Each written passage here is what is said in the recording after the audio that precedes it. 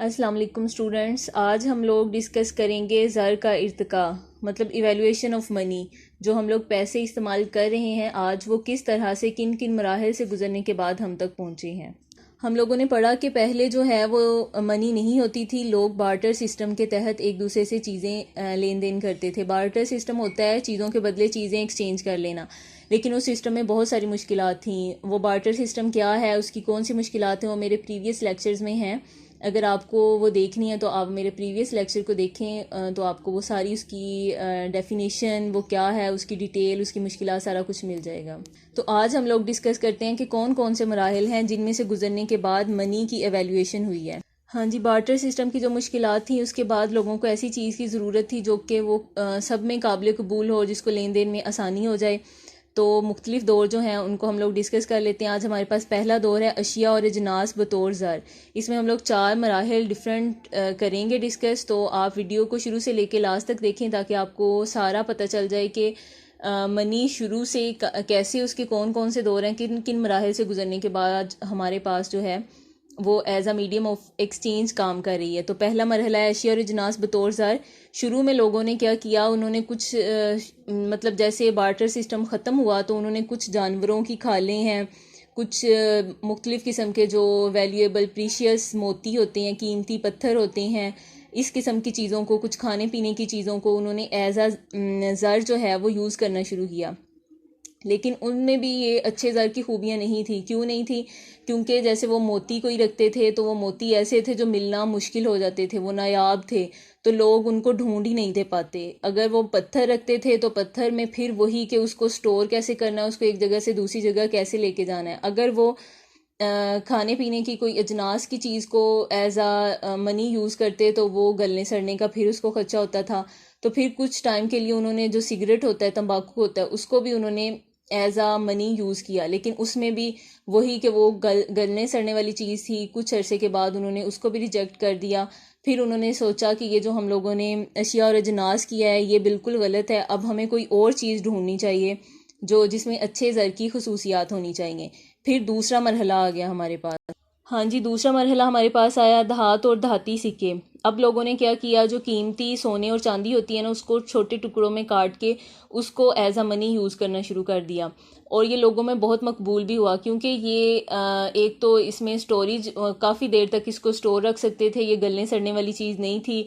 इसको फिर आहिस्ता आहिस्ता ये हुआ कि इसकी मुख्तलिफ इकाइयों में इसको बांट दिया, मतलब ये लो वैल्यू का है, ये हाई का है। जिस तरह हमारे पैसे आजकल के, ये 5 है, ये 10 है, ये 15, इसी तरह उन्होंने सिक्कों के भी मुख्तलिफ इकाइयाँ बना दी, मुख्तलिफ यूनिट्स बना दिए। और इसके लिए उन्होंने बाकायदा एक सिस्टम बना दिया और मुख्तलिफ तजारती जो उनकी सरगर्मियाँ हैं वो इनके थ्रू होना शुरू हो गई। लेकिन फिर क्या हुआ, कुछ अरसे के बाद उनको ये भी जो सिक्के हैं अगर बहुत ज़्यादा क्वांटिटी में होते तो उनको फिर ये था कि एक जगह से दूसरी जगह इनको ले जाना कैसे है।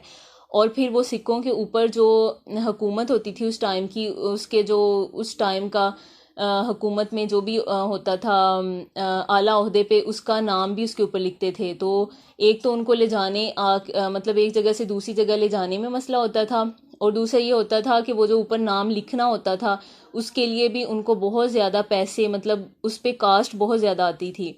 तो उन लोगों ने सोचा कि ये भी हमारे लिए ठीक नहीं है, क्योंकि एक तो इसको दूसरी जगह ले जाना मुश्किल है, दूसरा इसको बनाने में और इसकी मेंटेनेंस करने में हमारे बहुत ज़्यादा पैसे लगते हैं। तो इस चीज़ को भी उन्होंने रिजेक्ट कर दिया। फिर उनके पास तीसरा मरहला आ गया कागजी ज़र, जो आजकल हम लोग पैसे यूज़ करते हैं, नोट यूज़ करते हैं, वो वाला मरहला आया। वो कैसे आया? उन्होंने सोचा कि ये जो हमारे पास कीमती धातें, हम लोग धात को यूज़ करते हैं, जो हम लोग सोने चांदी को इस्तेमाल करते हैं, एक तो ये हमें मिलते कम है, दूसरा एक जगह से दूसरी जगह इनको मुंतकिल करना मुश्किल है।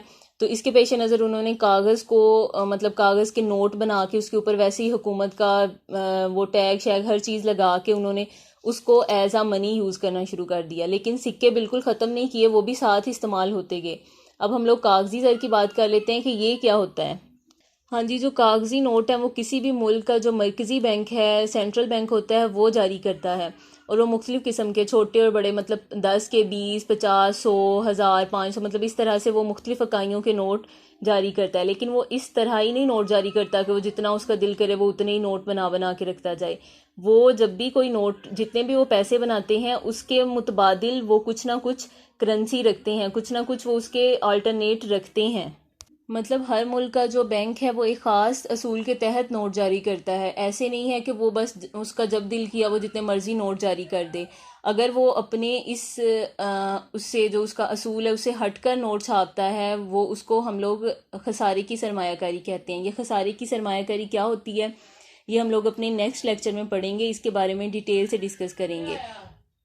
इसमें एक बात इम्पोर्टेंट है कि ये जो पैसे हैं, ये जो कागजी ज़र है, ये तो जो सेंट्रल बैंक है वो जारी करता है, लेकिन जो सिक्के बनाते थे, धात से सिक्के बनते हैं, वो किसी भी मुल्क की जो हुकूमत है वो खुद वो बनाती है, उस पर मरकज़ी बैंक को कोई इख्तियार नहीं होता। लेकिन जो कागजी ज़र होता है उस पर सारा इख्तियार मरकज़ी बैंक का होता है। वो अपने ही असूल के तहत पैसे बनाते हैं और कोई नहीं इसको बना सकता। अच्छा जी, इसके बाद आ गया चौथा मरहला ज़र एतबार। आजकल जैसे हमारे पास यही यूज़ कर रहे हैं हम लोग, एटीएम यूज़ करते हैं, चेक यूज़ करते हैं, ये सारे जितने भी हैं इसमें मुख्तलिफ़ किस्म के ट्रांसफ़र्स हैं, टेलीग्राफ है, ऑनलाइन बैंकिंग है, एटीएम कार्ड्स हैं, क्रेडिट कार्ड्स हैं, ये सारे जितने भी हैं ये ज़र एतबार में आ रहे हैं। मतलब हम किसी को पैसे नहीं दे रहे, हम लोग चेक अगर किसी को देते हैं तो एक पेज दे देते हैं। हम लोगों ने कभी किसी को चेक का मतलब क्या होता है कि आपने एक किसी ने आप पे एतबार किया और आपने उसको एक स्टेटमेंट सी दे दी कि आप इससे इतने पैसे ले लें, तो ये ज़र एतबार हो गया है।